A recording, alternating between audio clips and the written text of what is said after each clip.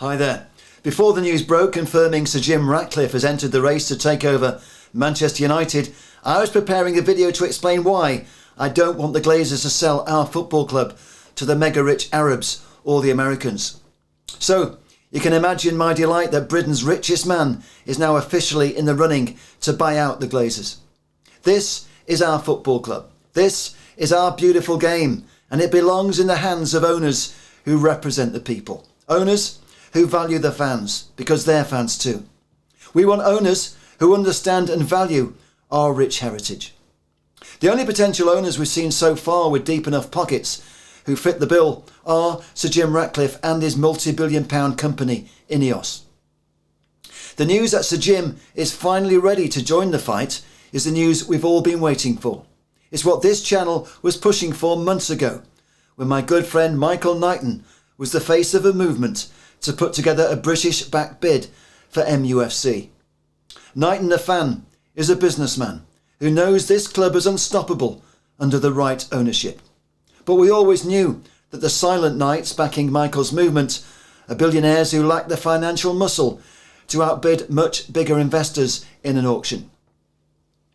When we made our video after video calling for the Glazers to sell up, we made no secret of the fact that we needed a real heavyweight like Sir Jim to lead the fight to save our football club. When we needed to fuel the campaign to force the current owners out of Old Trafford, Michael Knighton was the only businessman with big enough balls to publicly challenge the Glazers to get out of our football club. And for that I think we owe our former club director a massive debt of thanks. At the time, let me remind you, all the experts were telling us the Glazers would never sell. Even Sir Jim publicly conceded he was out of the bidding because the club was not for sale. But as Michael famously said on this channel, everything is for sale, and the Glazers will cash out. Ever since the Glazers finally conceded back in November that they are open to selling our football club, we've been waiting for Sir Jim Ratcliffe to officially enter the race. The announcement, confirmed by Matt Dickinson and his colleagues at the Times newspaper, is fabulous news. But let's not break open the champagne just yet, because my information is that Sir Jim Ratcliffe has always said he won't overpay. And there's no doubt the Glazers would rather sell the club for an outrageous sum of money, far in excess of the club's actual market value. So that's why we must now demand a British-based bid wins this fight. I believe we must protect Manchester United from foreign owners who don't have the best interests of our football club at heart. Personally, I'd like to see new owners guarantee fans a substantial stake in our football club. For those who watched my previous videos with Michael Knighton on this subject, our campaign was always for fans to own a minimum 25.1% of the shares in Manchester United Football Club. Without intervention by the government or the game's ruling body, it's highly unlikely that will happen. But now is the time to make our demands, to lobby the rule makers, to ensure new owners are fit and proper. We must prevent Manchester United from falling back into the hands of owners who don't put the football club first. What happens next will shape the future for many generations. If we're swallowed up by a Gulf state, an American investment company, or a conglomerate like an Amazon or an Apple, there'll be no way back. As things stand, it's purely the size of the bid that's all important. And that's not a healthy situation to be in.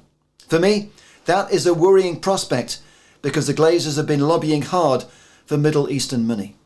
They clearly favour a massive bid from the likes of Saudi Arabia, Dubai or Qatar. And in my book, that would be a grotesque act of sports washing.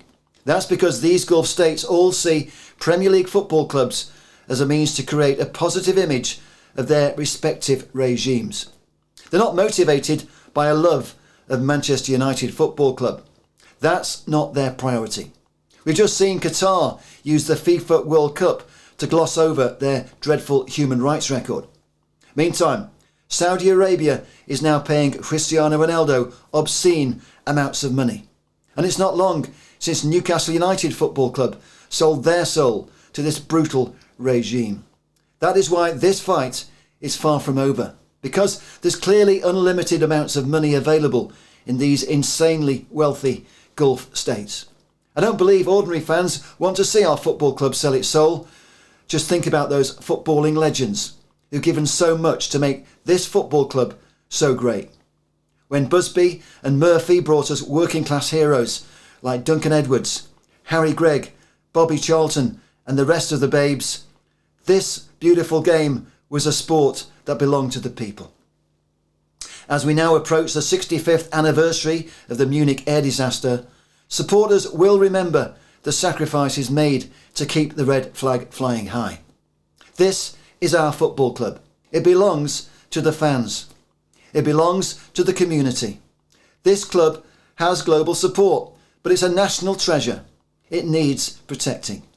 The ownership of Manchester United Football Club must surely be about more than lining the pockets of the Glazers. The fact that our legacy, our history, our memories are being touted to the highest bidders by a family that effectively stole the keys to the kingdom is a heartbreaking situation.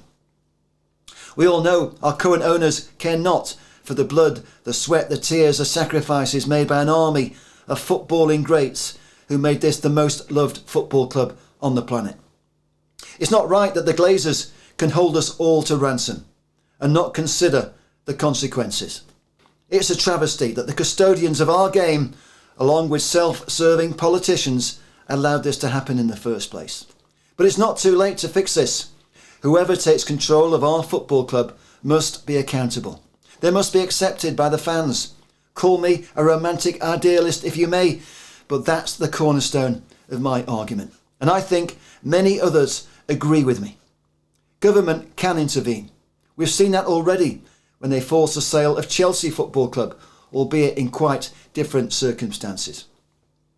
Without some form of intervention, I do fear our beloved football club will lose its soul. But it doesn't have to be that way. The reward for the right owners is that Manchester United Football Club is a monster, as Erik ten Hag put it so succinctly at the weekend when United beat City in the Manchester derby. With custodians working hand in hand with the fans, this football club has everything it needs to generate untold riches. We don't need a sovereign state or an American conglomerate to be the biggest and the best. We just need football people making football decisions for the good of the football club to make us great again. The Glazers have taken out far more than they've put into our football club, and they've never spent their own money in the transfer market. Yet they've still managed to spend over £1 billion on players under their watch. That's because this football club is already big enough to make enough money to compete with anyone. We don't need to break financial fair play rules to bid for the best players. With the right owners in place, the sky's the limit for Manchester United Football Club. Let me remind you, it was Michael Knighton's blueprint back in 1989 that laid the foundations for Manchester United to grow into the financial juggernaut that exists today. Tonight, Michael told me he's already offered to give Sir Jim Ratcliffe his blueprint number 2, with no strings attached. Because this fight is not over, and anything that gives Sir Jim Ratcliffe the edge he needs to save our football club has our full backing. So here's to Jim Ratcliffe. Here's to making our voice heard. I call on all our fans around the world to support this homegrown bid for Manchester United Football Club.